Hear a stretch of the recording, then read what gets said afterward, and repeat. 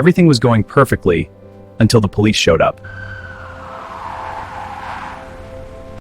At first, I thought there had been some mistake. Are you the owner of this property? Yes, I'm the owner. What's going on? You need to stop construction immediately. He claimed my house was illegal. This construction violates HOA regulations. We'll need to see your permits. I still remember the exact moment everything went wrong. It was supposed to be one of the happiest mornings of my life. The sun had just risen over the quiet suburban streets of Maplewood Ridge, a peaceful neighborhood about 30 minutes outside the city.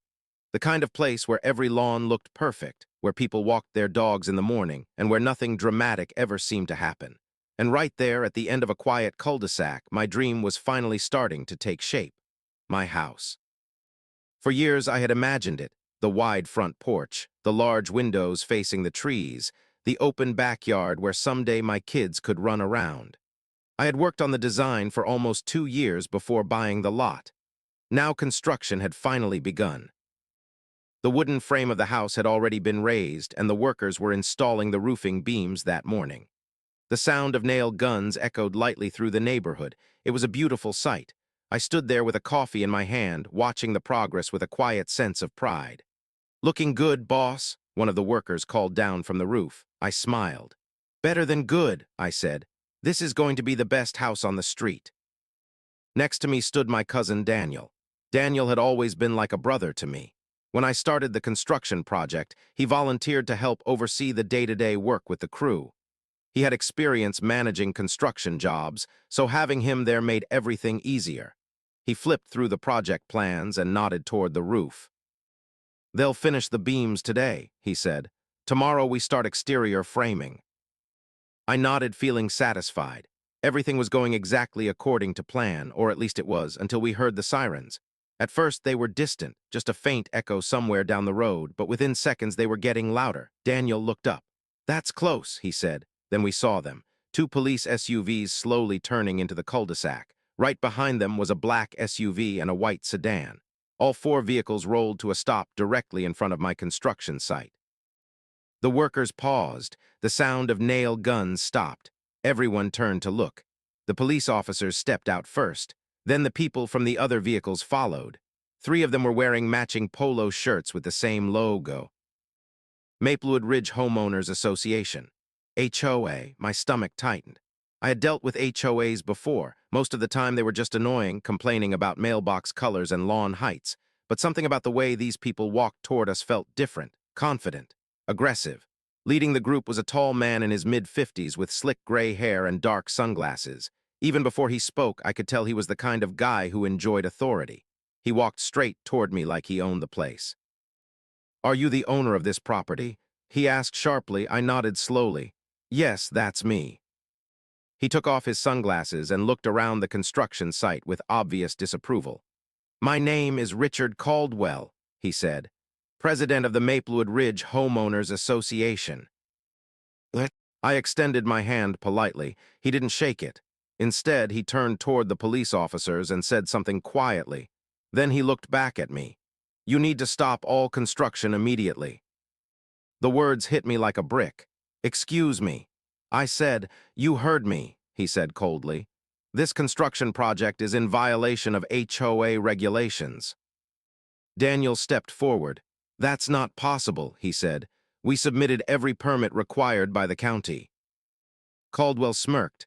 "County permits don't override HOA authority." I felt my patience starting to slip. "Okay," I said calmly, "then tell me which rule we're violating." But Caldwell didn't answer. Instead, he gestured toward the police officers. The officers began walking around the site, speaking with the workers. My confusion quickly turned into concern. One of the officers climbed up the temporary stairs and started questioning the crew working on the roof. Another officer approached the workers mixing concrete. "What exactly is going on?" I asked. Caldwell crossed his arms. "You started construction without final HOA architectural approval." "That's not true," I said immediately. "We submitted the plans 3 months ago." "Submitted," he said. He leaned slightly closer. "But never approved." Daniel frowned. "That's impossible," he said. "No one contacted us about any problems." Caldwell shrugged. Not my problem. By now, several neighbors had stepped outside their homes. Some were standing in driveways. Others watched from their porches. The entire street had turned into an audience. And Caldwell seemed to enjoy it. He spoke loudly enough for everyone to hear. This construction project is illegal under HOA guidelines, he announced. I felt my face heating up. That's ridiculous, I said. You can't just show up and shut down a project without explanation. Caldwell turned toward one of the officers. Officer, he said, these workers are participating in unauthorized construction activity. The officer looked slightly uncomfortable. We're just here to assess the situation, he said, but Caldwell pushed harder. They've ignored multiple HOA warnings. That's a lie, Daniel said immediately. We never received anything. Caldwell's eyes narrowed. Are you the contractor? I'm the project manager, Daniel replied. Well, congratulations, Caldwell said sarcastically. He turned to the police again. This individual is responsible for organizing this illegal build. That word again, illegal. Now the officers started speaking more seriously with the workers. One of them began checking IDs. Another officer pulled out a small notebook. I felt a strange knot forming in my stomach. Something about this situation felt completely wrong. This is getting out of hand, I said. Caldwell gave me a thin smile. No, he said. This is just getting started. Then things escalated. One of the officers approached Daniel. Sir, he said, we need to ask you some questions about the permits. Daniel nodded. Sure, I've got the documents in my truck. But before he could walk away, Caldwell interrupted. Officer, he said loudly, this man knowingly continued illegal construction after HOA notification. That's not true, Daniel snapped. Caldwell ignored him. He should be detained until this matter is fully investigated. My heart dropped. Detained. I said the officers exchanged looks, then one of them said, Sir, we need you to come with us. Daniel stared at them in disbelief. You're kidding, right? But they weren't kidding. They gently grabbed his arm. Just for questioning, the officer said, but it didn't stop there. 2 more workers were also pulled aside. Within minutes, 3 members of my construction crew were being placed in handcuffs, including Daniel. The entire street went silent. Neighbors whispered to each other. Phones came out. Someone was already recording. Daniel looked back at me as they led him toward the police SUV. His expression was a mix of confusion and frustration. Call my wife, he said quietly. My chest felt tight. I turned toward Caldwell. What the hell is wrong with you? I said, but Caldwell simply put his sunglasses back on. Then he said something I'll never forget. Maybe next time, he said calmly, you'll respect the authority of this community. The police SUVs began pulling away, taking my cousin with them, taking my workers with them, leaving my construction site completely frozen. The half-built frame of my dream house stood there like a skeleton, and suddenly the entire situation felt much bigger than a simple HOA complaint. I stood there silently, watching the vehicles disappear down the street. Neighbors were still staring. Caldwell walked back toward his SUV, clearly satisfied with himself. But as I watched him leave, something inside me shifted. Because in that moment, I realized something important. This wasn't about rules. This wasn't about permits. Something else was going on, and whatever it was. This situation had just become very serious. The moment the police SUVs disappeared down the street, the entire neighborhood felt strangely quiet. Too quiet.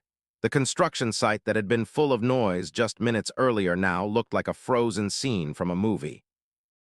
Half-cut wood lay on the ground, ladders leaned against unfinished walls, and tools were scattered everywhere where the workers had been standing before the police arrived. My cousin Daniel had been standing next to me not even 10 minutes ago. Now he was in the back of a police car, and I was still trying to process what had just happened. Around me, neighbors stood in small groups whispering to each other. Some were pretending to water their lawns while clearly watching the situation. Others had their phones out, recording or taking pictures. It felt humiliating, not because I had done anything wrong, but because someone had just tried to make me look like a criminal in front of an entire neighborhood. I slowly turned toward Richard Caldwell. The HOA president stood near his black SUV, talking with the 2 other HOA board members who had come with him. They looked relaxed, almost pleased with themselves, like they had just won something. I walked toward them. Caldwell noticed me approaching and gave a faint smile, the kind someone gives when they believe they're completely in control. "Well," he said casually, "that escalated quickly." I stared at him, trying to keep my voice calm. "You just had 3 innocent people arrested." "They weren't arrested," he corrected smoothly. "They were detained for questioning." "Over what?" I demanded. Caldwell tilted his head slightly. "You began construction without final HOA approval." "That's not true," I said firmly. "The plans were submitted months ago." What? One of the other board members, a thin woman with short blonde hair named Patricia, I recognized her from one HOA meeting months earlier, stepped forward with a folder in her hands. "Submission isn't approval," she said coldly. She opened the folder and pulled out a paper. "This project was flagged for noncompliance." I grabbed the paper and scanned it quickly. It didn't even make sense. It mentioned vague things like architectural inconsistency and community aesthetic concerns, but there was no official rejection date, no explanation, nothing specific. "This isn't even finalized," I said. "There's no official decision here." Caldwell shrugged. "The board reviewed it." "So where's the notice?" I asked. "Where's the email, the letter, the warning?" What? Patricia simply crossed her arms. "You should have waited for final confirmation." Daniel had personally checked the HOA submission portal multiple times. No response had ever been posted. They knew that, but they were pretending otherwise. I looked back at the unfinished house behind me. The frame stood tall against the morning sky, surrounded by construction tape and silent equipment. All of it had just been shut down. "How long are you planning to stop the project?" I asked. Caldwell smiled again. "That depends." "On what?" "On how cooperative you decide to be." That sentence carried a tone I didn't like, not at all. "What exactly are you suggesting?" I asked slowly. Caldwell stepped a little closer so the neighbors couldn't hear as easily. "If you continue construction," he said quietly, "you'll be facing HOA violation fines." "How much?" He looked almost amused. $5,000 per day. I blinked. "That's insane." "Those are the rules," Patricia added quickly. I laughed under my breath, but there was no humor in it. "You just showed up with police and shut down a legally permitted construction project," I said, "and now you're threatening fines." Caldwell leaned back slightly, studying my face. "Threatening?" he repeated. "No." He pointed toward the half-built house. "Enforcing." Behind me, I could hear neighbors whispering louder now. Some were openly watching us like this was some kind of entertainment. The embarrassment wasn't the worst part. The worst part was Daniel sitting in a police station somewhere because of this nonsense. "I want the official documentation," I said. "All of it." "You'll get it," Caldwell said casually. "When?" He paused, pretending to think. "Oh, maybe a few weeks." "A few weeks," I said. "That's the board's timeline." "That's ridiculous," I said. "My workers are already on contract." Patricia gave a cold smile. "Then maybe you should have followed the rules." For a moment I felt anger rising in my chest. Not just anger, something deeper. But I forced myself to stay calm. Getting emotional in front of these people would only make them feel more powerful. Caldwell glanced around at the construction site again. "You should probably clear the equipment," he added. "Leaving materials here could create safety violations." "You can't be serious." "Oh, I'm very serious." Then he reached into his SUV and pulled out a bright orange notice. He walked over to the wooden frame of my house and stapled it to one of the beams. "Stop work order." The letters were big enough for everyone in the neighborhood to read. I felt dozens of eyes on me. Caldwell stepped back and admired the notice like it was a trophy. "There," he said. "Now everything's official." I walked over and read the document carefully. It referenced HOA authority, potential legal penalties, and immediate suspension of construction activity. But something about it felt off, almost rushed, like it had been printed in a hurry. I turned back toward Caldwell. "You're making a mistake," I said quietly. He smiled again. "No," he said, "you did." He got into his SUV. The other board members followed.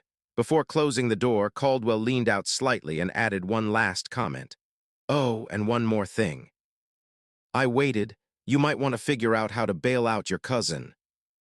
Then the SUV door slammed shut. The vehicles drove away slowly, leaving me standing there in the middle of the silent construction site. I pulled out my phone and immediately called the local police station. After a few transfers, I finally reached someone who confirmed Daniel was being held for questioning related to unpermitted construction management. The charge sounded vague, almost improvised. He'll probably be released later today, the officer said, probably. That word didn't make me feel better. I hung up the phone and stared again at the orange stop work notice. $5,000 per day in fines, workers arrested, public humiliation, and absolutely no clear explanation. Something about this entire situation felt wrong, very wrong. Daniel had triple-checked the HOA submission process. We had county permits, engineering approvals, inspection schedules. Everything was legitimate. Yet somehow the HOA had managed to turn the situation into a public spectacle. I looked around the neighborhood again. Most of the neighbors had gone back inside their homes, but a few were still watching from windows, judging, whispering. And suddenly a thought crossed my mind. This didn't feel like a simple HOA disagreement. This felt planned, too organized, too aggressive. I walked back toward my truck and opened the glove compartment where I kept copies of the project paperwork. Daniel had organized everything perfectly. Permits, architectural plans, inspection approvals, and right there on top was the HOA submission confirmation from 3 months ago, stamped and time-stamped. Proof they had received the plans, so why were they acting like they hadn't? I sat in the driver's seat, staring at the document. That's when something else started bothering me. Caldwell's confidence. He hadn't acted like someone unsure of his authority. He had acted like someone who believed no one could challenge him. People don't behave like that unless they're used to getting away with things. Slowly, a different feeling replaced my frustration. Suspicion. I picked up my phone again, but this time I wasn't calling the police station. I was calling someone who had helped me with property purchases before. A real estate attorney in the city. When he answered, I kept my voice calm. "Hey," I said, "I need you to look into something for me." "What kind of something?" he asked. I looked again at the stop work notice stapled to the frame of my house. "The kind," I said slowly, "that smells like corruption." He went quiet, and for the first time since the morning started, I felt a strange sense of clarity. Because one thing had just become very clear to me. If the HOA wanted to play games, then I was going to find out exactly what they were hiding. The moment I hung up with my attorney, I sat in my truck for a long time staring at the unfinished frame of my house. Just a few hours earlier, the place had been full of energy. Workers moving around, trucks delivering materials, the sound of tools echoing through the quiet street. Now it looked abandoned. Yellow construction tape moved slowly in the wind, and the bright orange stop work order flapped against the wooden beam where Caldwell had stapled it. But the more I replayed the morning in my mind, the more one thing kept bothering me. Caldwell hadn't acted like someone who was simply enforcing a rule. He had acted like someone who enjoyed it. The humiliation, the public scene, the police, and the arrest of my cousin. That kind of confidence doesn't come from nowhere. It comes from someone who believes they're untouchable. I pulled out the HOA submission confirmation again. 3 months earlier, Daniel and I had submitted every single document through the Maplewood Ridge HOA portal: architectural plans, exterior designs, land survey, engineering reports. Everything had been uploaded and officially received. The system had even generated a timestamp, which meant one thing: Caldwell knew the plans existed. So why was he pretending they didn't? That question stayed in my head all afternoon. By early evening, I had already spoken with my attorney twice, and the second call changed everything. "You're going to want to hear this," he said. I leaned forward in my seat. "What did you find?" "What?" "Well," he said slowly, "first of all, that stop work notice they posted." "Yeah, it's not legally binding." I blinked. "What do you mean?" "The HOA can issue warnings," he explained, "but they can't shut down a permitted construction project without a formal violation review." That's exactly what they did. "I know," he said. There was a pause on the line. "And that's a problem for them." I looked back at the construction site again. So they overstepped. Big time. That was the first crack in the wall. But it wasn't the last. Over the next 2 days, I started digging deeper, and what I found made the situation far bigger than a simple HOA dispute. First, I reviewed the HOA approval timeline. According to the community bylaws, the board had 30 days to review architectural submissions. If they didn't respond within that time, the project was automatically considered approved. Guess how long it had been since we submitted the plans? 92 days, which meant something very simple. My house construction was automatically approved 2 months ago. They had no legal reason to stop it. None, but the deeper I looked, the stranger things became. My attorney began pulling public records related to the HOA board, financial reports, meeting minutes, budget documents. At first, everything looked normal. HOA landscaping costs, community maintenance, pool repairs, typical neighborhood expenses. But then we noticed something odd. The fines, there were hundreds of them, small violations. Mailbox color fines, lawn height fines, fence design violations, parking violations. Most HOAs issue some fines, but Maplewood Ridge was different. This place was issuing thousands of dollars in fines every single month, and most of them were going to the same account, an administrative enforcement fund. That sounded official, but when my attorney traced the bank information, that account wasn't controlled by the HOA management company. It was controlled by the board, specifically 3 people, Richard Caldwell, Patricia Haynes, and another board member named Mark Dalton. I leaned back in my chair when I saw that. That doesn't make sense, I said. My attorney agreed. HOA fines are supposed to go into community funds, he explained. So where is this money going? That's when the real investigation began. Over the next week, I started speaking with a few neighbors. Casually at first. Friendly conversations, just asking about their experiences with the HOA, and something interesting started happening. Once people realized I wasn't afraid to question the board, they started talking. One neighbor told me about a $2,000 fine for installing a backyard shed. Another said they were fined $1,500 because their driveway color didn't match community guidelines. A retired couple down the street had paid nearly $4,000 over the past 2 years for landscaping violations. And every single fine had been signed by the same person, Richard Caldwell. The more stories I heard, the clearer the pattern became. Fear. The HOA board ruled the neighborhood like a private government. Most residents simply paid the fines because fighting them would require lawyers. And lawyers cost money. But I had something many of them didn't: resources, connections, and patience. One night my attorney called again. His voice sounded different this time, more serious. "You need to see this," he said. "What is it?" I found the meeting records from 2 months ago. "Okay. Your house was discussed." I sat up. "What?" He emailed me the document. I opened it immediately. The meeting notes were short but clear. A board discussion about Lot 17 construction proposal. That was my property, and right under it was a sentence that made my jaw tighten. Board decision, delay approval review until further opportunity assessment. Opportunity assessment. That didn't sound like architecture review language. It sounded like something else entirely. My attorney spoke again. "I think they were waiting," he said. "Waiting for what?" "For leverage." The idea started forming in my head. What if they never planned to approve the project? What if they planned to block it first, then demand something later? Maybe a special review fee. Maybe a community contribution. Or maybe they simply wanted to force me into paying fines. Either way, the strategy was obvious: create a problem, then profit from fixing it. But they had made one mistake. They had gone too far. The police, the arrests, the public humiliation. They had turned a quiet homeowner into someone who now had a reason to dig deeper. And that's when the biggest discovery happened. 3 nights later, my attorney called again. This time he sounded almost shocked. "You're not going to believe this," he said. "What now?" "I found where some of the HOA enforcement money went." "Where?"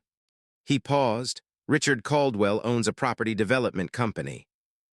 That caught my attention immediately. So, that company recently purchased land 2 miles from Maplewood Ridge. I waited and and they're building a new housing community.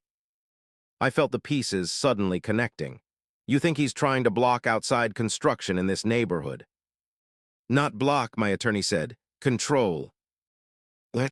If Caldwell could intimidate homeowners into submitting to the HOA.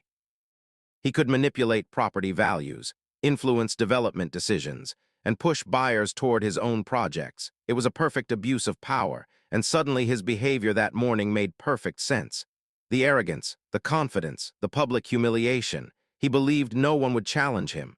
I looked again at the photo I had taken of the stop work notice, and for the first time since this started, I felt something different. Not anger, not frustration, something colder. Resolve, because now I wasn't dealing with a petty HOA president. I was dealing with corruption, real corruption, and I had evidence, documents, financial records, meeting notes, neighbor testimony. Enough to start asking some very serious legal questions. I closed my laptop slowly and leaned back in my chair. Outside my window, the quiet suburban street looked peaceful again, just like the morning before everything began. But now I understood something important. This neighborhood wasn't as quiet as it seemed. Behind the perfectly trimmed lawns and HOA newsletters, there was a system of intimidation and control, and Richard Caldwell had been running it for years, but he had just made one very big mistake. He had tried to humiliate the wrong person. I stared at the stop work notice photo one more time, then I said the words quietly to myself. Enough was enough.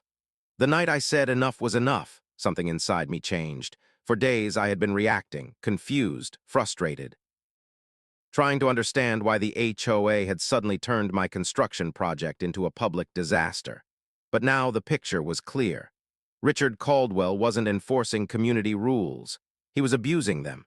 And once I understood that, the entire situation stopped feeling personal. It became strategic. Because if someone was running a system like that, the only way to stop them wasn't arguing. It was exposure.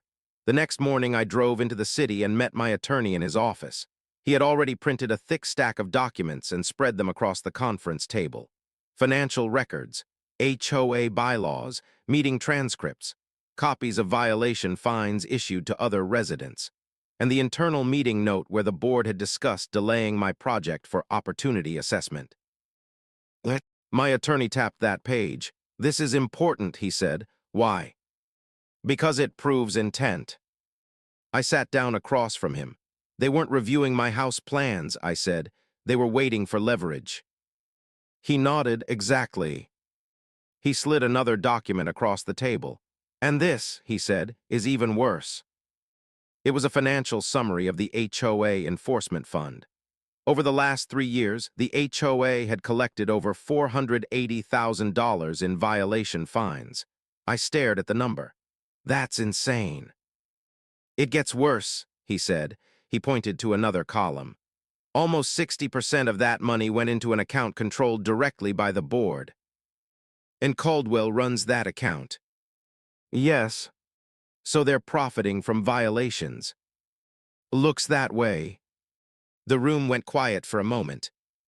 Then I asked the obvious question, "What's the legal move?" My attorney leaned back in his chair. "There are several options." He raised one finger.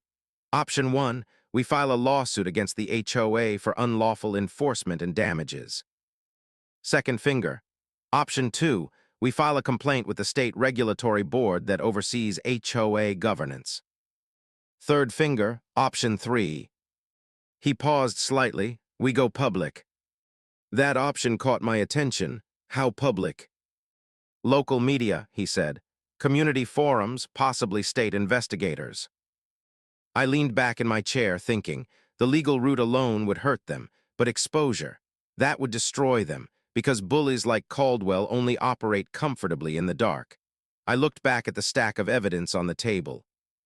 "How strong is the case?" I asked. My attorney didn't hesitate. "Very strong." "Strong enough to remove the board?" "Possibly." That word echoed in my mind. Possibly, but I didn't want possibly. I wanted certainty, and that meant building the case even stronger. Over the next 2 weeks, I started working quietly, very quietly. Most people in the neighborhood assumed the construction shutdown had scared me off. Caldwell probably thought the same thing. My house frame still stood there unfinished, the orange stopwork notice fading in the sun. From the outside, it probably looked like I had given up. But behind the scenes, things were moving fast. My attorney filed official document requests for HOA financial records. We interviewed multiple homeowners who had received suspicious fines. One family had paid $7,200 in violations over the past 3 years. Another had nearly lost their house to a lien filed by the HOA, and every single case pointed back to the same 3 names: Caldwell, Patricia, Dalton. The deeper we dug, the worse it looked. But something unexpected happened about 2 weeks into the investigation. Caldwell finally started to realize something was wrong. It began with a letter, a formal legal request from my attorney demanding documentation about the stop work order. 2 days later, the HOA office called me. The tone was completely different this time.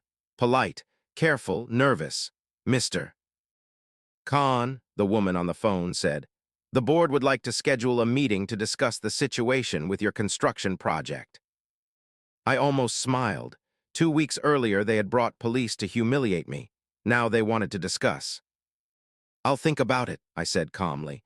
That same afternoon, my attorney received another call, this time directly from the HOA legal representative, and the message was very clear. They wanted to resolve the situation privately. That word told me everything. They were getting worried, but the real turning point came 3 days later. I was in my office reviewing property reports when my phone rang. It was my attorney again. "You sitting down?" he asked. "Yeah." "Well," he said slowly, "I think Caldwell just figured out who you are." "What?" I frowned slightly. "What do you mean?" "His lawyer just asked about your business holdings." I leaned back in my chair. Now it made sense.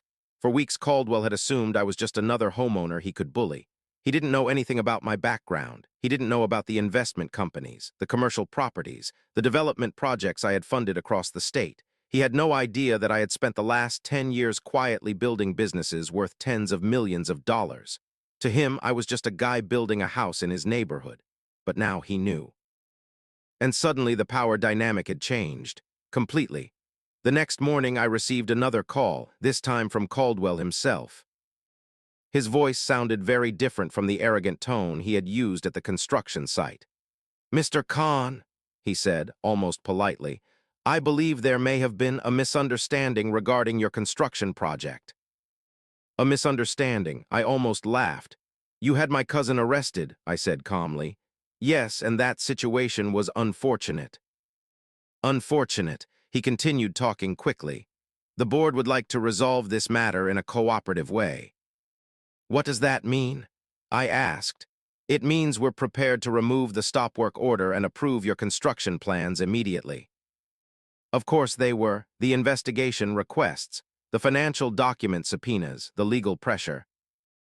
And now they knew they were dealing with someone who had the resources to take the fight much further. Caldwell cleared his throat slightly. "In fact," he continued, "the board would be willing to overlook certain administrative issues if we could come to a private understanding." There it was, the quiet settlement offer. They wanted this to disappear. No lawsuits, no investigation, no public exposure, just quietly approve my house and pretend nothing happened. 2 weeks earlier, Caldwell had treated me like I was powerless. Now he was practically negotiating. I stayed silent for a moment. Then I asked one simple question. "Are you asking me to keep this quiet?" Caldwell hesitated. "Well, it would certainly be in everyone's best interest." Everyone's best interest. I thought about Daniel sitting in the back of that police car, about the neighbors who had paid thousands in unfair fines, about the humiliation they had tried to create that morning, and about the hundreds of thousands of dollars that had disappeared into that HOA enforcement account. Then I gave Caldwell my answer. "No," I said calmly. He went quiet. "What do you mean?" he asked. "I mean," I continued, "this isn't staying private." The silence on the phone became heavy. "You should think carefully about this," Caldwell said quietly. "Oh, I have," I replied, because the truth was, the decision had already been made. I wasn't just going to win this fight. I was going to expose everything. And when it happened, the entire neighborhood was going to see exactly who Richard Caldwell really was. The moment I told Richard Caldwell that this wasn't staying private, the line went completely silent. For a few seconds, neither of us spoke. Then his tone changed again. The polite voice disappeared. "Mr. Khan," he said slowly, "you need to understand something." "I understand plenty," I replied calmly. "This could become very complicated." I almost smiled. That's the idea. Another pause, then he spoke again, but this time there was tension in his voice. "You're making a mistake." "No," I said quietly, "you did." And with that, I ended the call. For the next few days, things moved quickly, very quickly. My attorney finalized the legal filings and sent formal complaints to the state HOA regulatory board. At the same time, he submitted evidence packages to 2 different agencies that investigated financial misconduct in property associations. But that wasn't the part that really shook Caldwell. The real shock came when the local news got involved. One of my business partners had connections with a journalist who covered community corruption stories. When she reviewed the documents we had gathered, her reaction was immediate. "This is big," she told me, "bigger than a neighborhood HOA dispute." 2 days later, the story broke. Not quietly, not hidden in some small local column. It was the lead headline on the local news website. HOA leaders accused of illegal fines and abuse of power in Maplewood Ridge. By that evening, news vans were parked outside the neighborhood entrance. Neighbors gathered in small groups along the sidewalks, talking nervously while reporters walked around asking questions. For the first time since this entire situation started, the spotlight had shifted. It wasn't on me anymore. It was on them. The article revealed everything. The unauthorized stop work order, the police incident at my construction site, the hundreds of thousands of dollars in questionable HOA fines, the private enforcement account controlled by Caldwell and the board, and most importantly, the internal meeting record where they had intentionally delayed my project. Within hours, more residents began speaking up. People who had been quiet for years suddenly started sharing their own stories. One family told reporters they had paid over $10,000 in fines just to avoid a lien on their home. Another resident revealed that Caldwell had threatened legal action over something as small as a garden decoration. The entire system began collapsing in public, and the more people talked, the worse it looked for the HOA board. 3 days after the news story broke, the state regulatory office opened an official investigation. Financial auditors were assigned. Legal review teams requested HOA bank records. Subpoenas were issued. The pressure became overwhelming. And suddenly the same man who had strutted around my construction site with sunglasses and arrogance was nowhere to be seen. Caldwell stopped attending neighborhood meetings. Patricia disappeared from public view. Mark Dalton quietly resigned from the board, but it was too late. The investigation had already started. About 2 weeks later, something happened that the entire neighborhood had been waiting for. The HOA called an emergency community meeting. Nearly every homeowner showed up. The room was packed. People stood along the walls, whispering to each other as tension filled the air. At the front of the room sat a temporary HOA administrator appointed by the state investigation team. And next to him, Richard Caldwell. He looked completely different from the confident man I had first met. No sunglasses, no arrogance, just a tired man avoiding eye contact with the crowd. The administrator cleared his throat and began speaking. "Due to ongoing financial and governance concerns," he said, "the current HOA board leadership has been suspended pending the outcome of the state investigation." A murmur spread across the room. Then he continued. "Preliminary findings suggest significant violations of HOA governance laws, including unauthorized fines and misuse of association funds." Someone in the back whispered, "I knew it." Then the administrator turned slightly toward Caldwell. "Mr. Caldwell has agreed to step down as HOA president effective immediately." The room went completely silent. For years, this man had ruled the neighborhood like his personal kingdom. Now he was being removed in front of everyone. Caldwell stood slowly. He looked around the room briefly. Then his eyes landed on me. For the first time since this entire situation began, he looked uncertain, embarrassed, defeated. He opened his mouth like he wanted to say something, maybe an apology, maybe an explanation, but nothing came out. Instead, he simply walked toward the exit, and as he passed my row of seats, he paused for half a second. Not long enough for a conversation, just long enough to realize something. The power he thought he had over everyone had vanished. He walked out of the building without another word, and just like that, it was over. Over the next few months, the investigation continued. The results were exactly what everyone expected. The HOA board had illegally collected large amounts of money through fabricated violations. Several financial penalties were issued. Restitution payments were ordered to affected homeowners, and the entire HOA governance system was restructured under new leadership. But the moment that meant the most to me came one quiet morning not long after everything ended. Construction resumed on my house. The workers returned. The sound of tools filled the air again. And this time there were no police cars, no orange notices, no HOA intimidation, just progress. Daniel stood next to me again, watching the crew install the new roof beams. He nudged my shoulder and laughed. "You know," he said, "most people just argue with their HOA." I smiled slightly. Most HOAs don't try to run a corruption scheme. He shook his head. "I still can't believe they tried to bully you like that without knowing who you were." But the truth was, that part never mattered to me. Being a multimillionaire wasn't the reason I fought back. Anyone could have done it. They just needed the courage to stand up. I took one last look at the nearly finished frame of my house rising against the sky.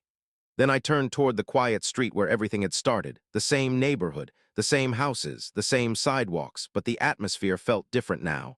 Lighter, fair, because sometimes the most powerful revenge isn't anger. It's simply exposing the truth. And as I walked away from the construction site that morning, leaving the workers to continue building the home I had dreamed about for years, I realized something. Richard Caldwell had tried to make me feel powerless. Instead, he had accidentally taught the entire neighborhood what real power actually looked like.